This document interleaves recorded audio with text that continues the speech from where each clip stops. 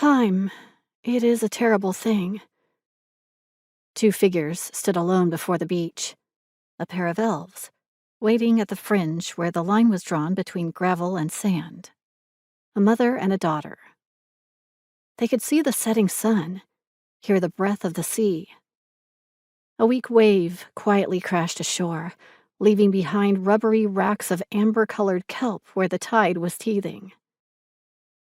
It steals our life, our loved ones, and even our memories. It takes everything it touches and leaves naught for us but despair and dread.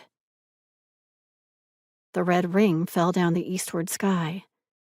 A silhouette emerged towards the north from the salmon-colored waters. The elves raised their heads as an island implaned itself onto the beach. "Time is an enemy to us, Luna," the mother said softly. "But not to all of us." The tide receded, and the sand shook.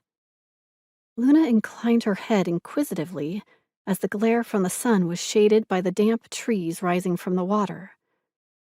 Her mother caressed her shoulder, continuing her speech. "There are only 3 creatures in this world that have made an ally of time.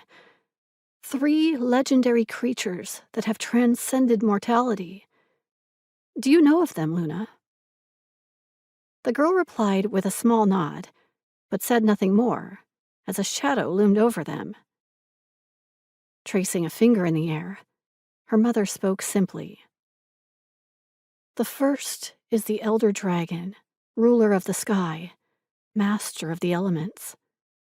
They are the mightiest of the 3 in strength, and the most prideful of their status." Luna's gaze followed her mother's finger as it drew down to the sheening wet trees now fully exposed to the sun. "The second is the Spirit Dryad, guardian of the earth, disciple of the divine. They are born from the world itself, blessed with life by the gods, and are thus the most dutiful in their worship." The trees rustled, then rose. A giant figure stepped onto the beach as both elves fixed their gaze onto it. A legendary creature, a being of majesty and might. "And lastly is the mystic turtle." Her mother breathed in awe. It towered before the elves, larger than life, greater than its legend, a living myth. The very same creature the mother spoke of. The mystic turtle stood there in its glory, wearing an oval-shaped shell on its back, one that teemed with foliage and leaves. A pair of tusks protruded from its lower lip, and a curved set of horns laid on its head like a crown. It gently dug into the beach with clawed hands as the island it bore trembled